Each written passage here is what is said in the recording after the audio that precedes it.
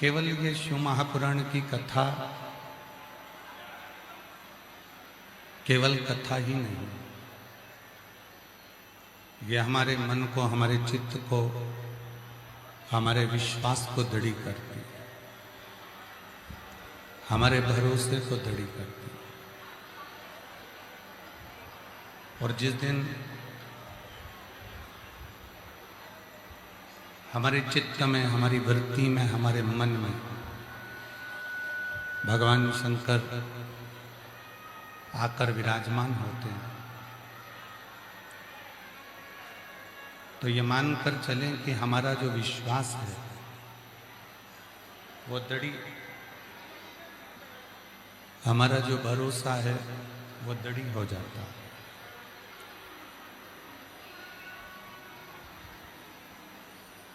शिव महापुराण की कथा कहती है, भगवान शंकर का संवाद कहता है, शिव तत्व कहता है, शिव पुराण कहती है कि शिव की कथा तक, शिव के मंदिर तक, शिवालय तक, भगवान शंकर की शरणागति तक, भगवान शंकर के दरवाजे तक वही पहुंच पाता है जिसका पूर्व का कोई संबंध भगवान देव अधिदेव महादेव से रहा हुआ होता है।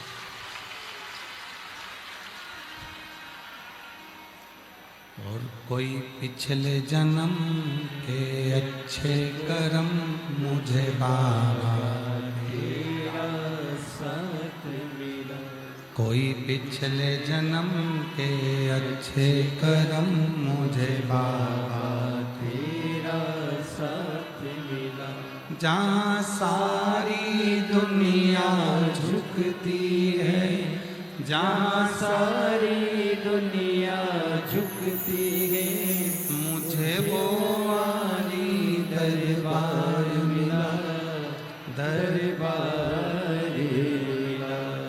कोई पिछले जन्म के अच्छे कर्म मुझे बाबा तेरा साथ मिला। आपके और हमारे कोई पूर्व जन्म के कोई अच्छे कर्म होते हैं जो आप और हम देवघर तक जाते हैं। कोई आपके और हमारे कोई पूर्व के अच्छे कर्म होते हैं जो हम भगवान शंकर को एक लोटा जल चढ़ा पाते हैं। कोई आपके और हमारे कोई पूर्व के कर्म अच्छे होते हैं जो आप और हम शिव महापुराण की कथा में बैठ पाते हैं। और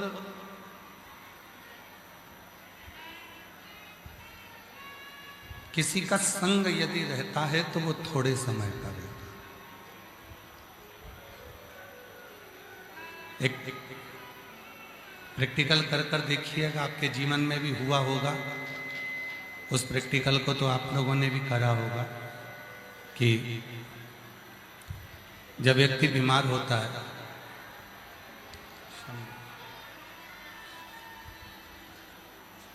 जब व्यक्ति बीमार होता है तो आवाज नहीं आ रही,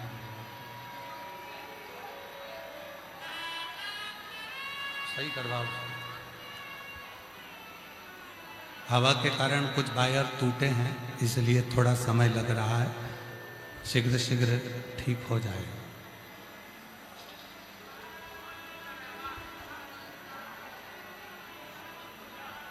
जब व्यक्ति बीमार होता है, बाहर की आवाज बढ़ा देना,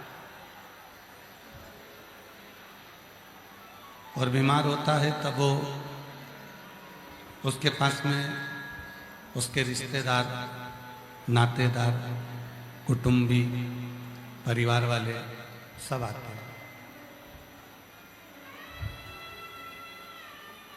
कितना समय आएंगे? थोड़ा बहुत समय। कोई रात दिन बीमार व्यक्ति के पास में आकर नहीं बैठता।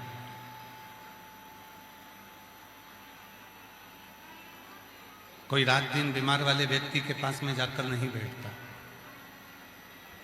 थोड़ा समय सब उस बीमार व्यक्ति को देते हैं। पर याद रखना, उस बीमार व्यक्ति के साथ में डॉक्टर भी खड़े हैं, उस बीमार व्यक्ति के साथ में सिस्टर भी खड़ी है, नर्स भी खड़ी है, उस बीमार व्यक्ति के साथ में परिवार वाले भी खड़े हैं। पर कितने भी पास में परिवार खड़ा हो, रिश्तेदार खड़ा हो, नातेदार खड़ा हो, पर दर्द दुख उसका कोई बांट नहीं सकता। उस दर्द को उसको ही सहना, उस दुख को उसको ही झेलना, उस कष्ट को उसको ही पाना। सब खड़े जरूर हैं, पास में आकर खड़े भी हो जाएंगे, पास में आकर रुक भी जाएंगे, परंतु उसके दुख को, उसकी तकलीफ को, उसके कष्ट को कोई काट नहीं सकेगा।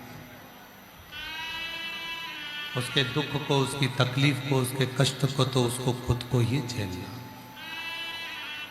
उसी तरह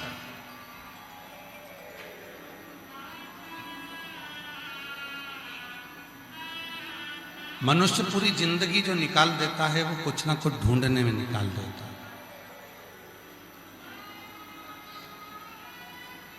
शादी के लिए लड़का ढूंढा, लड़के के लिए लड़की ढूंढी, फिर बच्चे हो गए तो उनके लिए अच्छा स्कूल ढूंढा, अच्छा कॉलेज ढूंढा, फिर वापिस मकान ढूंढा, घर ढूंढा, कपड़े ढूंढे, रकम ढूंढी, दुकान पर गए तो चप्पल जूता भी ढूंढा, अपने नाप का, अपनी पसंद का। ऐसे ढूंढते ढूंढते पूरी जिंदगी निकल गई। और पूरा जीवन जब ढूंढते ढूंढते निकल गया, अब तुम्हारा ढूंढना बंद हुआ, डॉक्टर का ढूंढना चालू हुआ। अब डॉक्टर ढूंढ रहा है, हाथ में नस, पल्स, वो डॉक्टर भी ढूंढता। शिव महापुराण की कथा कहती है, विद्येश्वर संहिता कहती है कि तुमने सब कुछ ढूंढा, पर एक बार भगवान शंकर का दरवाजा ढूंढ लेते तो दुनिया की किसी वस्तु को ढूंढने की जरूरत नहीं।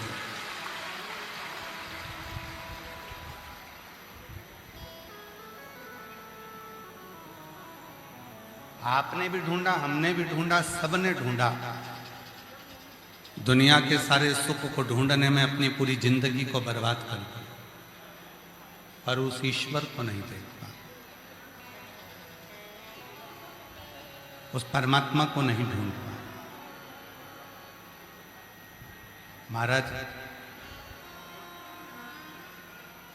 गाड़ी खरीदना कठिन नहीं है। आज के जमाने में तो बहुत सारी कंपनियां चल रही हैं, लोन देती हैं, गाड़ी खरीद लो। मोबाइल खरीदना भी कठिन नहीं है, आजकल बहुत सारी कंपनियां हैं जो मोबाइल पर भी लोन देती हैं। मकान खरीदना भी कठिन नहीं है, बहुत सारी बैंकें हैं जो लोन देती हैं। गाड़ी खरीदना कठिन नहीं है, मोबाइल खरीदना कठिन नहीं है, मकान, बंगला, जमीन, फैक्ट्री खरीदना कठिन नहीं है। बैंक से लोन लो और ले। फिर कठिन क्या है? तो शिव महापुराण की कथा कहती है कि गाड़ी खरीदना कठिन नहीं है, पर गाड़ी को संभालना कठिन। मोबाइल खरीदना कठिन नहीं है, पर मोबाइल को संभालना कठिन है। मकान खरीदना कठिन नहीं है, पर उस मकान को संभालना कठिन है। उसी तरह मंदिर जाना कठिन नहीं है, पर मंदिर का जो शिव है उस पर विश्वास करना बहुत कठिन, उस पर भरोसा, दृढ़ी, अपने भरोसे को संभालना, अपने विश्वास को दृढ़ी करना, अपने भरोसे को प्रबल करना, ये कठिन। मैं आ तो गया हूं मगर जानता हूं, मैं आ तो गया हूं मगर जानता हूं, तेरे दर पे आने के काबिल नहीं हो, मैं आ तो गया हूं मगर जानता हूं। शिव के दरवाजे जाना कठिन नहीं है, पर सबसे कठिन है अपने भरोसे को, अपने विश्वास को दृढ़ बनाना, प्रबल बनाना।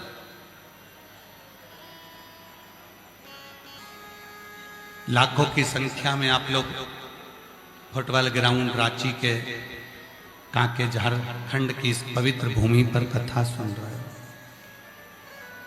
आज इतनी भीड़ है, भक्तों का इतना सैलाब है कि हम भी ट्रैफिक में फंस गए थे, तो बड़ी मुश्किल से निकल कर यहाँ तक आए। पूरी झारखंड और रांची को प्रणाम करते हैं, आप लोगों के प्रेम को प्रणाम करते हैं, जिनके दिल में शिव बसा हुआ, हृदय में शंकर बसा।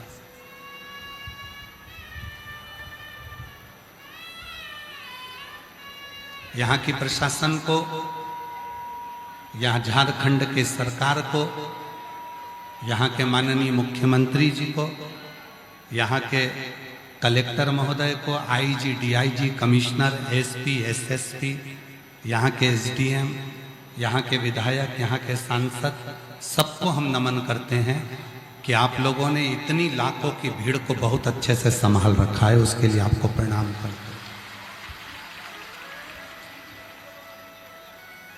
मैं झारखंड सरकार को भी नमन करता हूं, झारखंड सरकार को भी धन्यवाद देता हूं,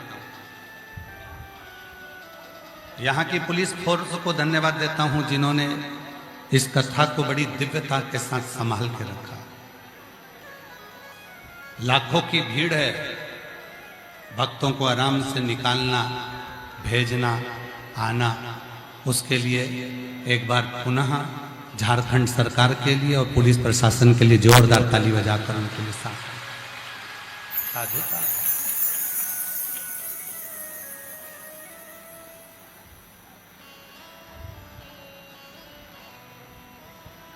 शिव मंदिर जाना कठिन नहीं है, कथा में जाना कठिन नहीं है,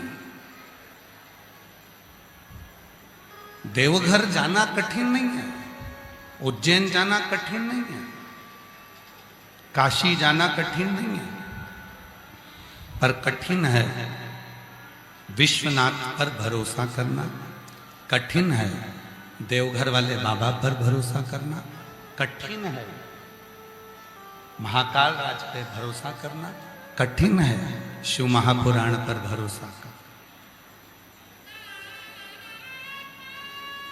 मोबाइल खरीदना कठिन नहीं है, पर मोबाइल को संभालना कठिन है। अपने भरोसे को, अपने विश्वास को संभालना, अपने भरोसे को, अपने विश्वास को दृढ़ करना, ये कठिन।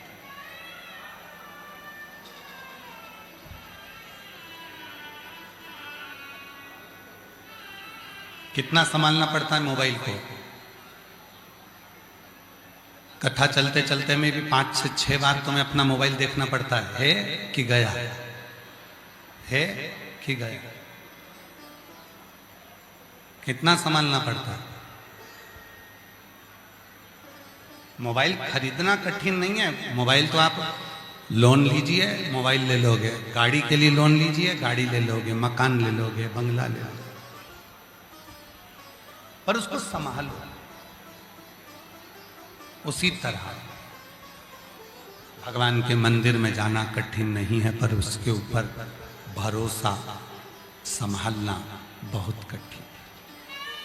बहुत करते हैं। दुख आता है, तकलीफ आती है, कष्ट आता है, परेशानी आती है,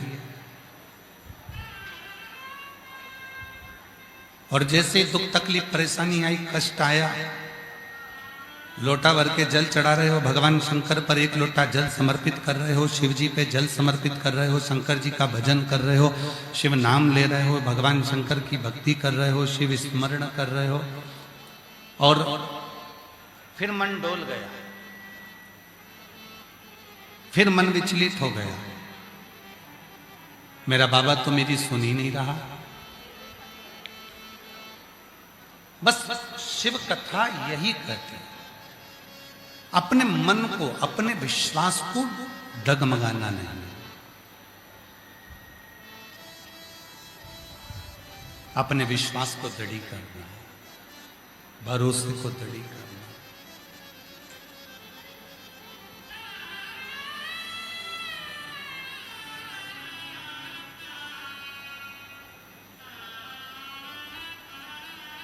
और जिस समय पर हमारा विश्वास, जिस समय पर हमारा भरोसा दृढ़ हो जाता है, उस समय पर फिर हम भटकते नहीं। एक व्रत है, जिस व्रत को पुराणों में छुपा कर रख दिया, जिस व्रत को किसी ने प्रकट नहीं करा, और उस व्रत को प्रकट किया तो शिव महापुराण ने प्रकट किया। कौन सा व्रत? जम के बोलो, पशुपति नाथ का व्रत।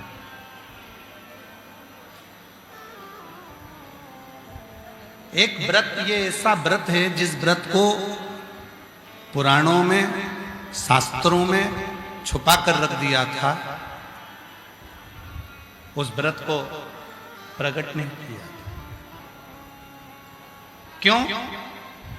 क्योंकि एक व्रत देव अधिदेव महादेव का ऐसा व्रत है, पशुपति व्रत, जिस व्रत को कोई महिला, कोई पुरुष, कोई स्त्री, कोई बेटी, कोई बेटा, कोई बुजुर्ग, कोई माता पिता, कोई संत, कोई साधु, कोई तपस्वी, कोई साधक, कोई मनुष्य, कोई किन्नर, कोई गंधर्व, कोई अप्सरा, कोई पशु, कोई पक्षी, कोई नाग, अगर इस व्रत को मात्र धारण कर लेता है तो फिर वो संसार सागर में अकेला नहीं रहता, उसके कदम से कदम मिलाकर चलने वाला महादेव उसके साथ चलता है। एक व्रत, और वो व्रत केवल एक पुराण में नहीं है कि हम कह दें कि केवल शिव पुराण में पशुपति व्रत का वर्णन है, हम कह दें कि केवल स्कंद पुराण में पशुपति व्रत का वर्णन है।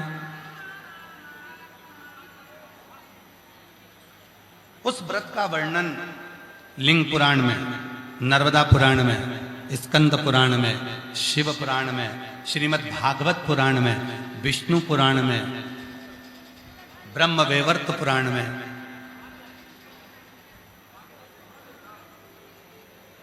कूर्म पुराण में, नारद पुराण में पशुपति व्रत का वर्णन है। पशुपति छुपा था वो व्रत, और जिसने इस व्रत को करा और जिस भाव से इस व्रत को करा, उसका फल उसको मिला था।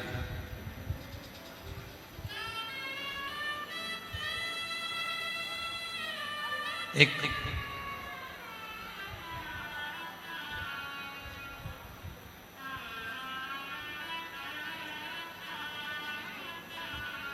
पशुपति व्रत की एक बड़ी सुंदर कथा है। झारखंड की भूमि पर यह कथा स्मरण में आई है। लिंग पुराण के अध्याय नंबर 8 से पृष्ठ संख्या 611 से इस कथा को लिया, और बड़ी सुंदर शिव पशुपति व्रत की कथा है, बहुत सुंदर। पशुपतिनाथ की बड़ी सुंदर कथा। त्रेता में एक धुंधुमुख नाम का ब्राह्मण था। बड़े सावधानी से सुनना मेरी जीजियों, आपके स्मरण में रहना चाहिए कि पशुपति व्रत किस किसने करा और पशुपति व्रत जिसने करा उसको क्या क्या फल मिला, ये कथा के माध्यम से अपने को सुनो।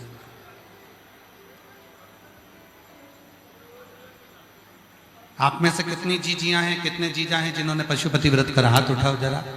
सबने करा है? रखिए रखिए, धन्यवाद आपको, प्रणाम नमन। त्रेता युग में एक धुंधुमुख नाम का एक ब्राह्मण था और वो धुंधुमुख ब्राह्मण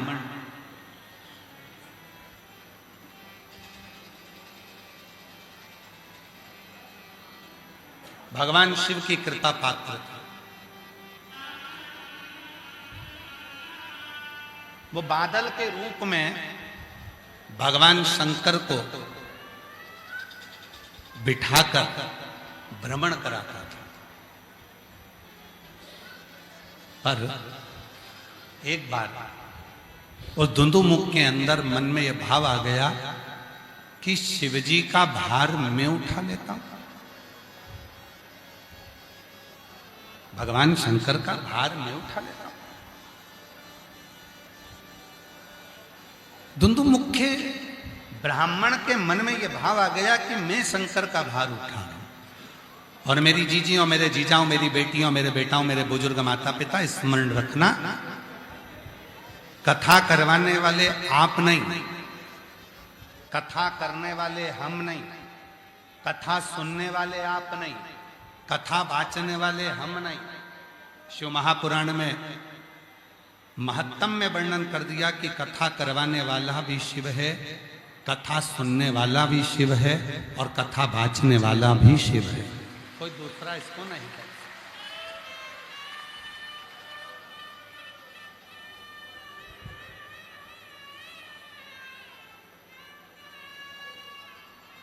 देवघर कौन कौन गया है? हाथ उठाओ जरा सब। गए हो सब लोग? रखो, प्रणाम प्रणाम।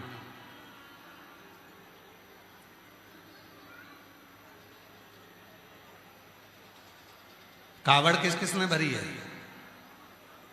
रखो रखो, प्रणाम।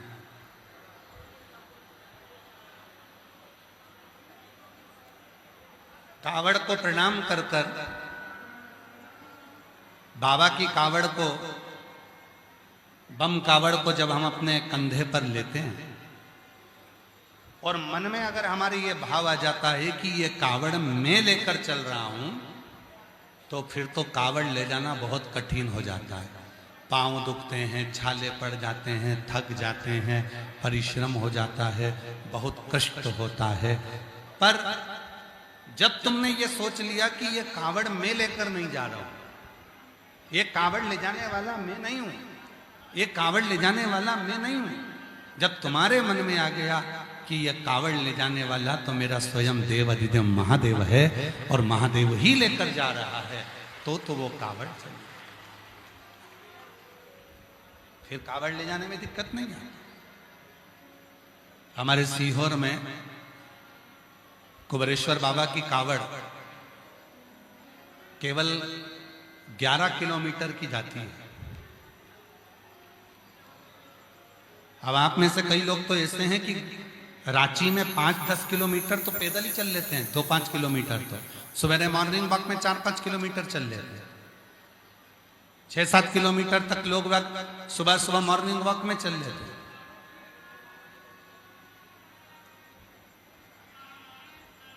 पर कभी अगर मौका मिले और आप लोग सावन के महीने में सीहोर आए और बाबा की जब कावड़ भरते हैं, सीवन नदी का जल, माँ सिवना का जल लेकर, माँ सीवन का जल लेकर जब लोग कावड़ लेकर चलते हैं, 11 किलोमीटर दूर बाबा को कावड़ चढ़ती है और जिसके मन में ये आ जाता है कि बस 11 किलोमीटर मैं तो यूं चल लूंगी, 4-5 किलोमीटर चलने के बाद उसकी हालत खराब हो जाती है, फिर तो उससे चला ही नहीं जाता और आखिरी में वो 11 किलोमीटर तक सुबह से चलने में लगती है तो रात तक भी नहीं पहुंच पाती।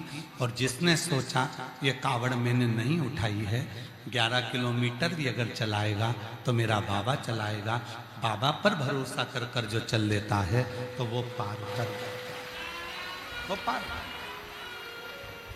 भरोसा कितना है, भरोसे की दृढ़ता कितनी है। एक पत्र है, अच्छा है।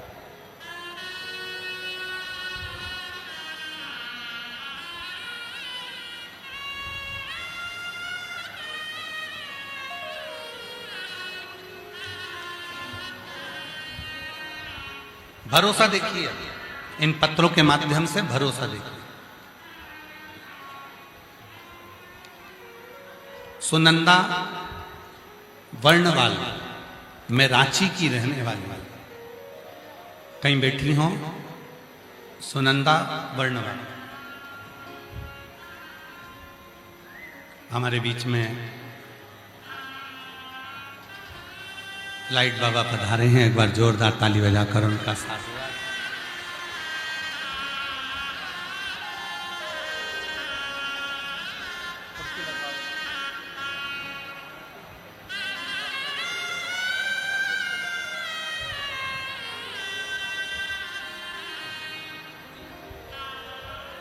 एक बार जोरदार ताली बजाकर बाबा के लिए साधुता।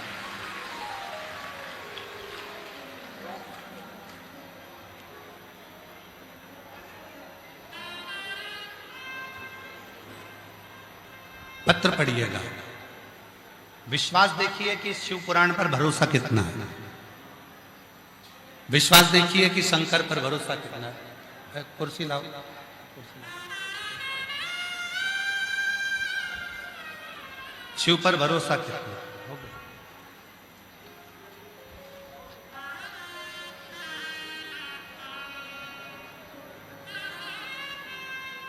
सुनंदा वर्णवाल रांची से हैं, कहीं बैठी हो तो हाथ हिला सकती हैं, और अगर कहीं बैठी हो तो बेलपत्र लेने के लिए आ सकती हैं। बाबा को हम सब प्रणाम। मैं हरमू रांची से हूं, बाबा का आशीर्वाद मुझे भी मिला। गुरुदेव, मेरा बेटा 2 साल का हो गया, वो उसके शब्द नहीं निकलते थे, बोलता नहीं था, उसकी आवाज डॉक्टर के हिसाब से भी खुली नहीं थी। हम बहुत संकोच में थे कि मेरा बच्चा बोलता क्यों नहीं। किसी ने कहा था कि सियोर वाला बाबा कथा कहता है तो उसके पंडाल में जाकर बैठ जा, जो चाहे वो मांग।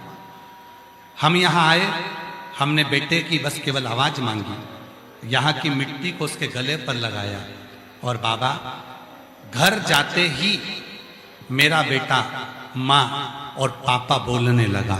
मैं बाबा को यहाँ प्रणाम करने, घर जाते ही मेरा बेटा माँ और पापा बोलने लगा। इसलिए मैं बाबा को धन्यवाद देने आई हूँ। गुरुदेव, मेरा बाबा एक दिन की कथा सुनी और बाबा पर बस बोला और बाबा ने सुनी। एक दिन की कथा,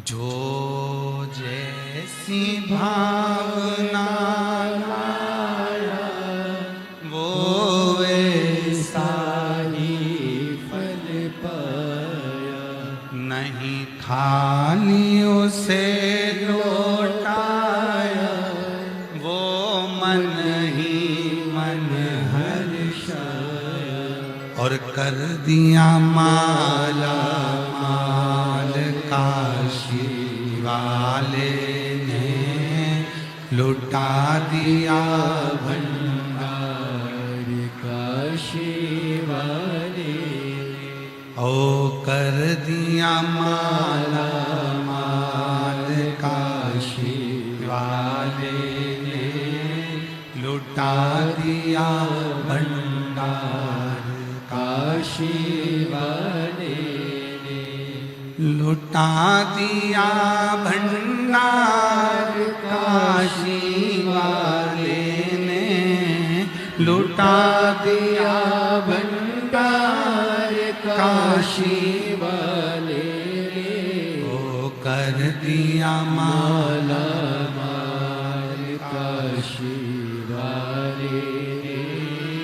लुटा दिया भंडार काशी वाले।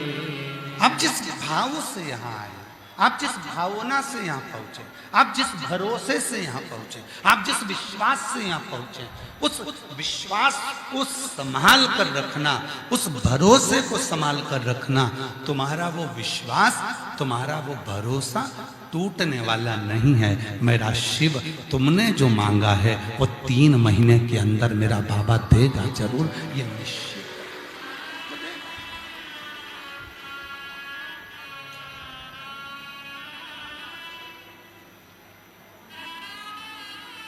धुंधुमुख शिव जी को लेकर जाता था और भगवान शंकर को लेकर जाता था, तो उसके मन में अभिमान आ गया कि मैं शिव को घुमा रहा हूं, शिव के भार को मेरे सिवाय कोई नहीं उठा सकता। ये धुंधुमुख के मन में भाव आ गया। धुंधुमुख के मन में ये भाव प्रकट हो गया। और भोलेनाथ तो भोलेनाथ है।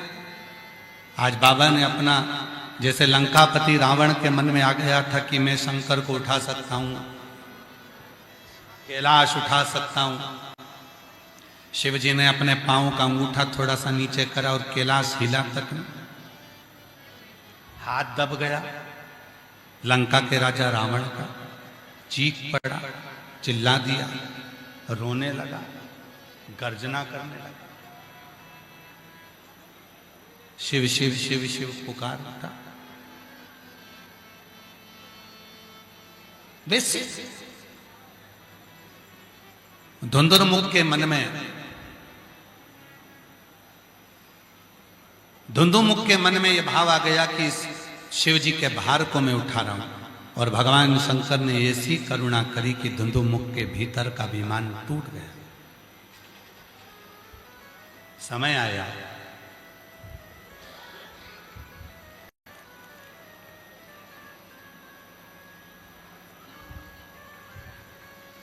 धुंधुमुख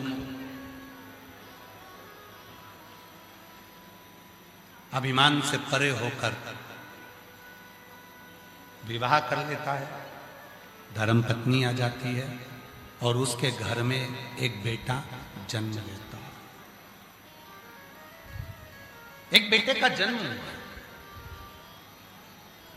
पिता का नाम था धुंधुमुख और बेटे का नाम रख दिया धुंधुमुख।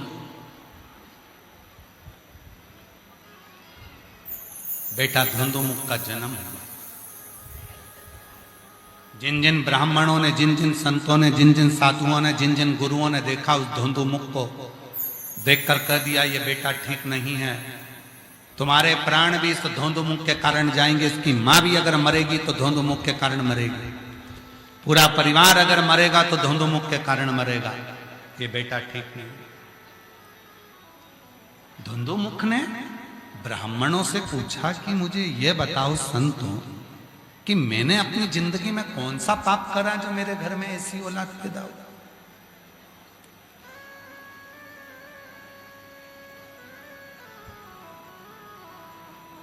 मैंने पाप कौन सा किया है ऐसे? मैंने कौन सा कर्म ऐसा कर दिया? महाराज, कई लोगों की आदत रहती है अखबार खोलते हैं और उसमें राशि फल पढ़ते हैं, टीवी खोलते हैं तो उसमें भी राशि फल देखते हैं, मेरी राशि कैसी है। कितना भी राशि फल पढ़ लो,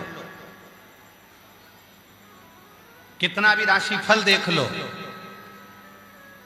पर उस राशि को अगर सुधारना है तो अपने कर्म को प्रबल बनाना पड़ेगा और शंकर को एक लोटा जल चढ़ाना पड़ेगा, तब वो राशि से।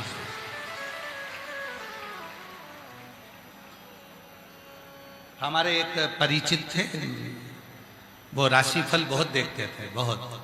तो परंतु वो जब तक कुंवारे थे तब तक राशिफल देखे, और कुंवारे से जब वो शादी हो गई ना तो फिर उन्हें राशिफल देखना बंद कर दिया। तो हम उनको हमेशा कहते थे कि कुंवारे हो जब तक तो तुम राशिफल देख लोगे, पर शादी होने के बाद तो बीवी का मुख देखकर समझोगे कि राशि सही चल रही है कि गड़बड़ चल रही है।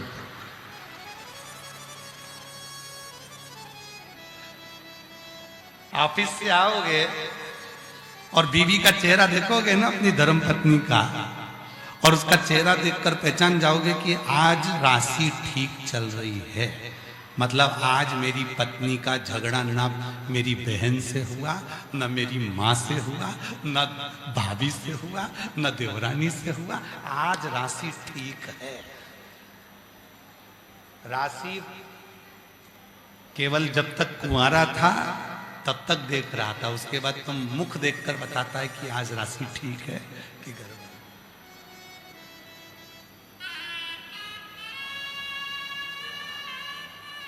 राशि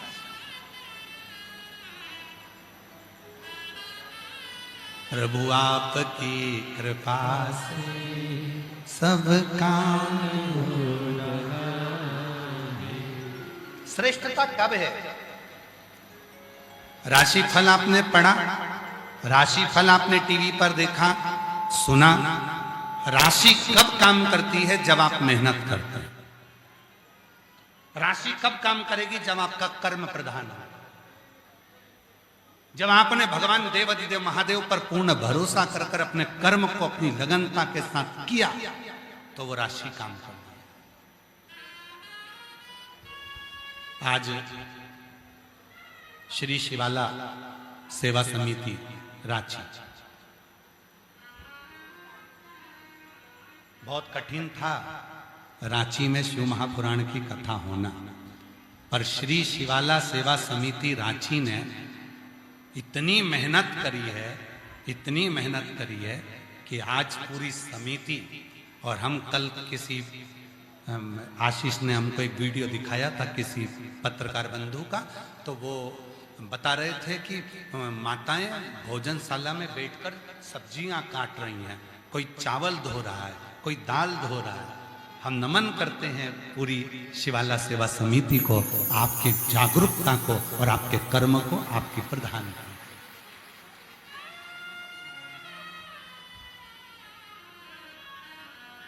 और जो सब्जियां धो रही थी, जो सब्जियां काट रही थी, उनका जो वीडियो देखा तो उसमें एक भी मेरी जीजी ऐसी नहीं दिख रही थी कि किसी के घर में धन की कमी हो। सब अच्छे अच्छे घर की मेरी जीजियां, मेरे जीजा, जिनके घर में भी नौकर काम करते होंगे, सेवक लगे होंगे, झाड़ू पोछा वाले भी लगे होंगे, और वो भंडारे में सब्जी काटकर, दाल धोकर, चावल धोकर सेवा में लगे होंगे। ये है हमारा झारखंड, इसको कहते हैं रांची, इसको कहते हैं रांची, जहां समर्पण का भाव, जहां एक दूसरे के समर्पित का भाव, प्रेम का भाव।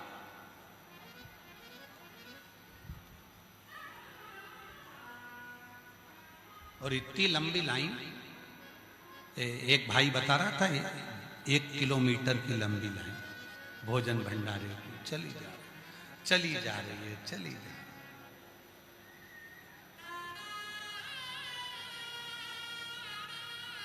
किसी ने पूछा क्यों तुम्हें भंडारा खाना जरूरी है क्या? तो कहा बाबा का प्रसाद है, मैं तो पाऊंगा। प्रेम है।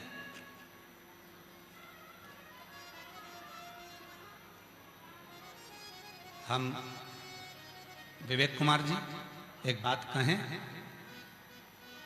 पहली समिति देखी है हमने श्री शिवाला सेवा समिति रांची जैसी, एक भी व्यक्ति समिति का मंच पर आकर ये नहीं कहता हमसे कि हम समिति के हैं।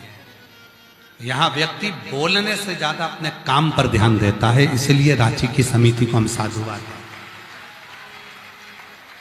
यहां व्यक्ति बोलता कम है, काम ज्यादा करता है, लगा अपने व्यवस्था में, अपनी व्यवस्था संभालने में। तुम बाहर देखो, हम अंदर देख रहे हैं, तुम ये देखो, तुम वो देखो, तुम ऐसी व्यवस्था करो, तुम वैसी व्यवस्था करो। उसकी साधुता होनी चाहिए, उसकी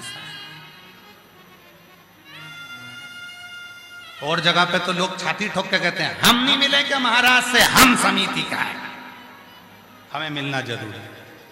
पर यहां बड़ा शुद्ध भाव है, बड़ा शास्त्रीय, बड़े शास्त्रीय। एक बार पूरी समिति के लिए जोरदार ताली बजाकर साधु वंदना। साधु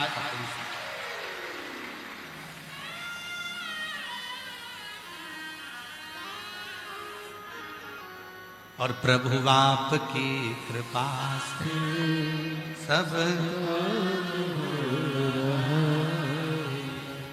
करते हो भोले बाबा, मेरा नाम हो रहा है। करते हो भोले बाबा, मेरा नाम हो रहा है। भोले आपकी कृपा से सब काम हो रहा है।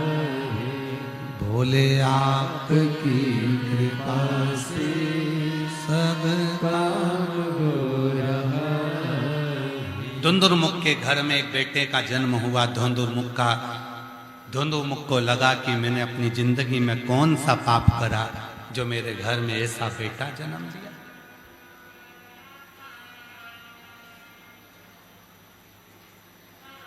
मैंने कौन सा कर्म करा।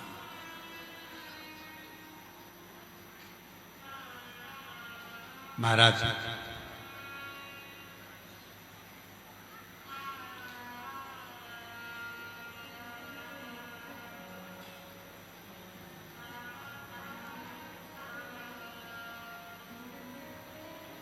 जिस गांव में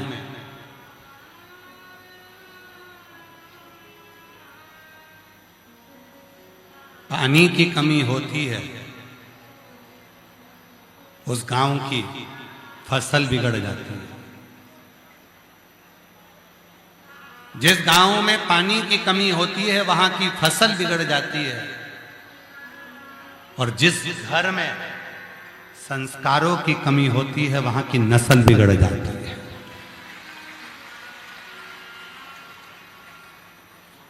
नस्ल को संभालने के लिए, परिवार को संभालने के लिए, बच्चों को संभालने के लिए, कुटुंब को संभालने के लिए अपने अच्छे संस्कार देना जरूरी, बहुत जरूरी। वरना आज का जमाना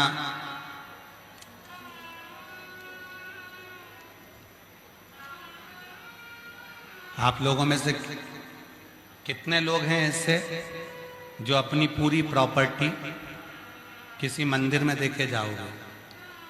कोई देगा? नहीं देगा। अपनी जमीन, अपनी जायदाद, अपनी प्रॉपर्टी, अपना मकान, अपनी गाड़ी, अपना बंगला, अपना जेवर, अपना चैन, अपना सामान जितना है वो किसी को नहीं देगा। देगा तो अपने बच्चों को।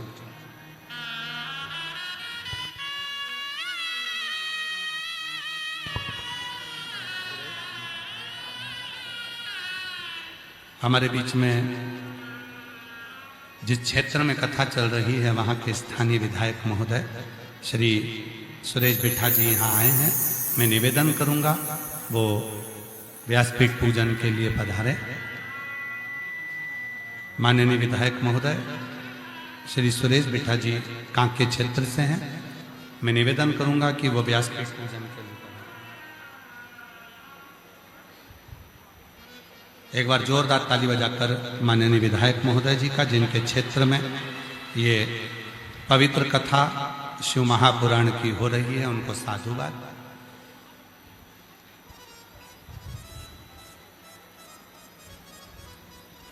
शिव तत्व कह रहा है, भगवान शंकर का चरित्र कह रहा है, शिव महापुराण की कथा कर रहा है, शिव चरित्र कर रहा है।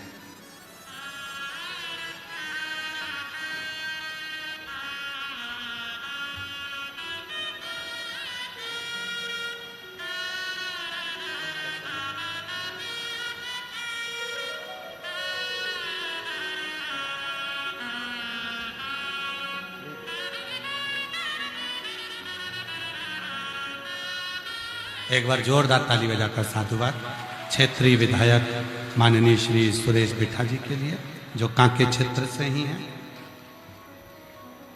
शिव कथा कर रही है। जमीन दोगे तो अपने बेटों को दोगे, प्रॉपर्टी दोगे तो अपने बेटों को दोगे,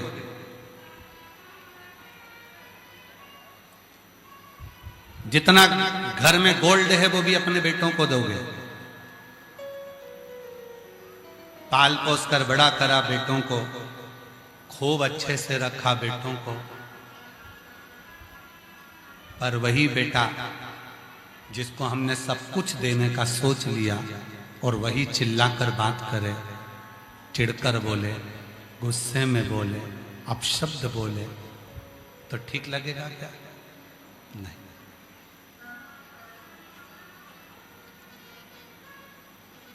मन में ठीक नहीं लगेगा। फिर भी एक मां, एक पिता, एक मां का जो दिल होता है, एक पिता का जो दिल होता है, वो ऐसा दिल होता है कि वो किसी को नहीं देता, चाहे बेटा कैसा भी हो। अपनी पूरी जिंदगी का कमाया हुआ सारा धन वो अपने बेटे को ही देता है। एक मां, एक पिता ऐसा ही होता है।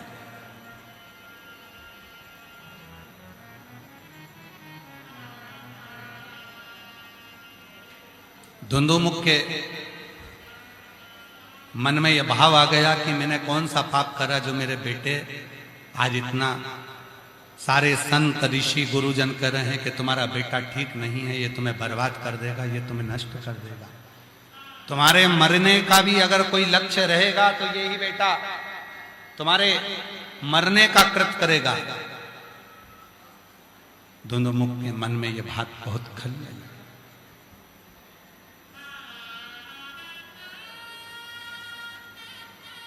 एक ऋषि के पास गए, गुरुजी मुझे बताओ मैंने कौन सा पाप करा जो मेरे ये बेटा धुंधुमुख जो हुआ है ये हमारे मरने का भी कारण बनेगा?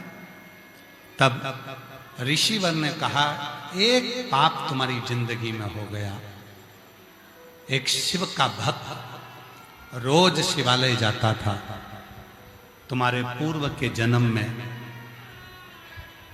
तुम उसके शिवालय जाने पर उसको ताना दिया करते थे, गाली दिया करते थे, अपशब्द किया करते थे, ताना देते थे, गाली देते थे, अपशब्द कहते थे। जीजियों, पहले भी कथा में कहा, फिर कहते हैं, अपनी जिंदगी में एक बात याद रखना, आप शंकर जी का भजन करते हो कि नहीं करते वो हमको नहीं मालूम, पर शिव की निंदा, शिव भक्त की निंदा, शिव महापुराण की निंदा, भगवान शंकर के भक्त की निंदा और शिव की निंदा कभी इन कानों से मत सुनना, न करना, न सुनना।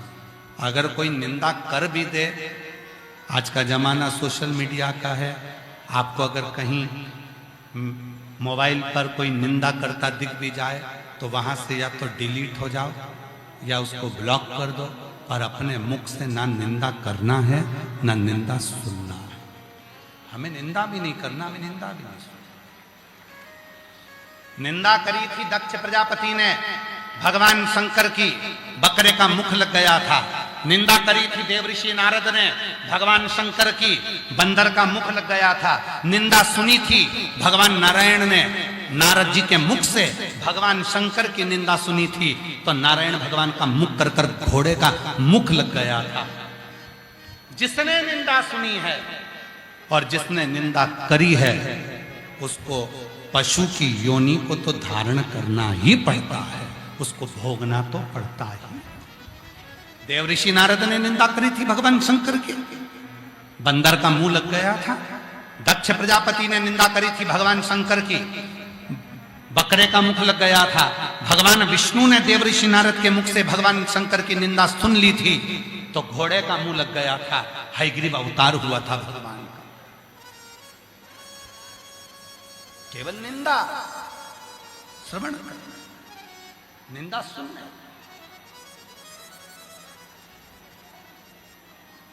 और मत बुरे कर्म कर बंदे वरना पछताएगा, भगवान की आंखों से तू बच नहीं पाएगा, तू बच नहीं पाएगा।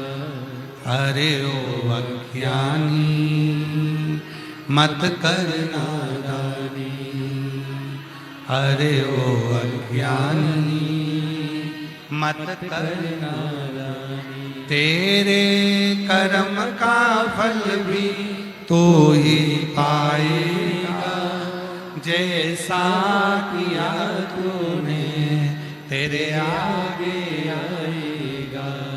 मत बुरे कर्म कर बंदे वरना पछताएगा, भगवान की आंखों से तू बच नहीं पाएगा, तू बच नहीं पाएगा। जो कर्म किया है उसको भोगना है। ए धुंधुमुख, तेरे घर में ऐसे बेटे का जो जन्म हुआ है वो तेरे कर्म का खेल है।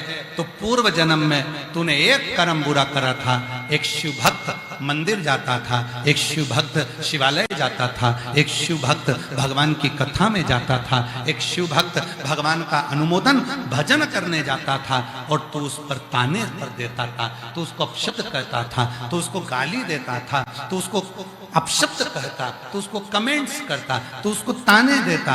और वही अपशब्द कहने का कारण यह हुआ कि तेरे घर में ऐसे बेटे का जन्म।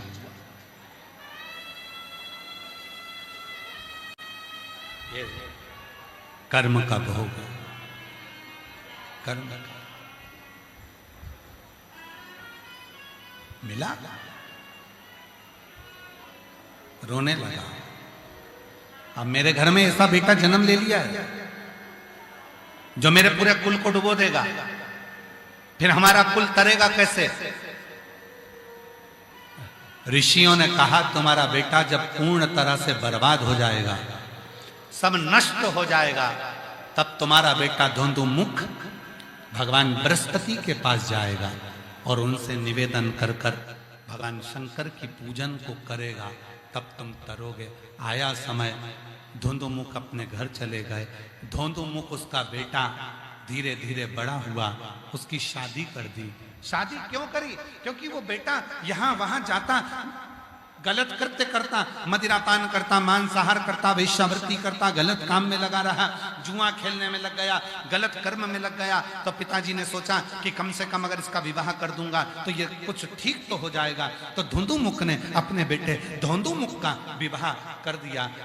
विवाह होकर बहू घर में आ गई, पर धुंधुमुख अपनी संगति के कारण गलत मार्ग में पड़ा ही, गलत मार्ग।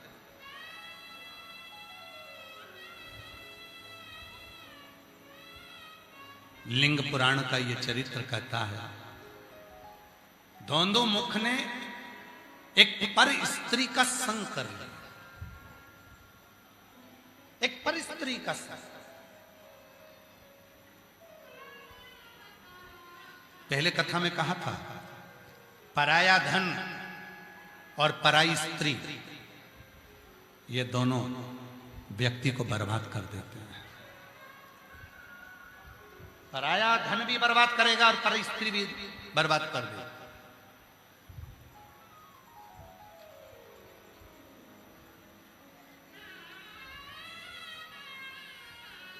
पत्नी फोन कर कर बोलती है कि ये सामान लेकर आना, तो चिढ़कर बोलते हो, और पर स्त्री फोन कर कर बोल दे कि मुझे वो डेंटिंग पेंटिंग का सामान ला देना, तो वो सामान ढूंढता फिरता है। पर स्त्री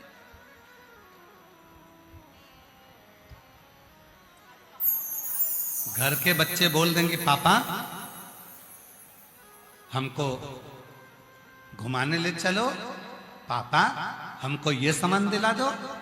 घर के बच्चों पर चिढ़कर बोलता है, और वो पर स्त्री के बच्चे अगर बोल दें कि अंकल हमको ये सामान ला दो, तो 1 मिनट की देरी नहीं होती, तुरंत वो सामान आ जाता। 1 मिनट की देरी। पर स्त्री पर धन व्यक्ति को बर्बाद कर देता। और धुंधुमुख पर स्त्री के चक्कर में पड़ गया, अपना पूरा घर बर्बाद कर लिया। घर तो बर्बाद करा, एक दिन इसको क्रोध आ गया धोंदुमुख को, और धोंदुमुख क्रोध में आकर जो पर स्त्री थी, उस पर स्त्री के माता पिता को धोंदुमुख ने मार दिया। जैसे ही माता पिता को मारा तो वो पर स्त्री के जो भाई थे उसने धोंदुमुख के माता पिता को, धोंदुमुख और उसकी पत्नी को मार दिया। घर में जितने सदस्य थे सबके प्राण हर लिए। अब धोंदुमुख को क्रोध आया तो उसने अपने साला साली को मार दिया। ऐसा क्रोध पर क्रोध चढ़ता गया। आखिरी में वो स्त्री भी मर गई और धोंदुमुख अकेला रह गया। उसकी पत्नी भी मर गई, धोंदुमुख अकेला रह गया। उसका पिता भी मर गया, उसकी माता भी मर गई और अकेला धोंदुमुख रह गया। नेत्रों से नीर बहाता, मन में सोचता, मेरे जैसे पापी ने पूरे परिवार को नरक में धकेल दिया, क्या करूं। रोता हुआ वो जा रहा था। वहीं बृहस्पति महाराज का आगमन हो रहा था और बृहस्पति ऋषि के चरणों में जाकर पूछा, मेरी दुख को काट दीजिए, कोई ऐसा उपाय बता दो जिससे मेरे जो माता पिता गए हैं वो शिवलोक को चले जाएं। कोई ऐसा उपाय बता दो जिससे मेरी गति हो जाए। कोई ऐसा उपाय बता दो मेरे ऊपर से सारा पाप कट जाए। कोई ऐसा उपाय बता दो कि मेरी जिंदगी का सारा दुख समाप्त हो जाए। कोई ऐसा उपाय बता दो कि मेरे जीवन में सुख ही सुख आ जाए। तब बृहस्पति महाराज ने कहा, अगर तुम चाहते हो कि तुम्हारे पितरों का भी उद्धार हो जाए, तुम चाहते हो तुम्हारे माता पिता का भी उद्धार हो जाए, तुम चाहते हो तुम्हारे घर में सारा वैभव हो जाए, तुम चाहते हो तुम्हारे घर में सारा सुख आ जाए, तो तुम पशुपति व्रत करना प्रारंभ करो। उस व्रत के करने से तुम्हारे घर में सारा सुख प्राप्त हो। पशुपति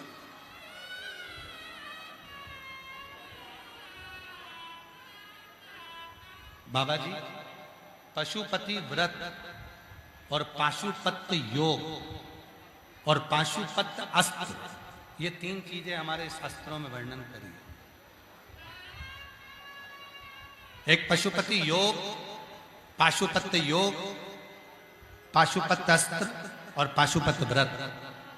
पाशुपत योग आप और हम धारण नहीं कर पाए, पाशुपत अस्त्र आप और हम धारण नहीं कर पाए, पर पशुपति व्रत आप और हम धारण कर सकते।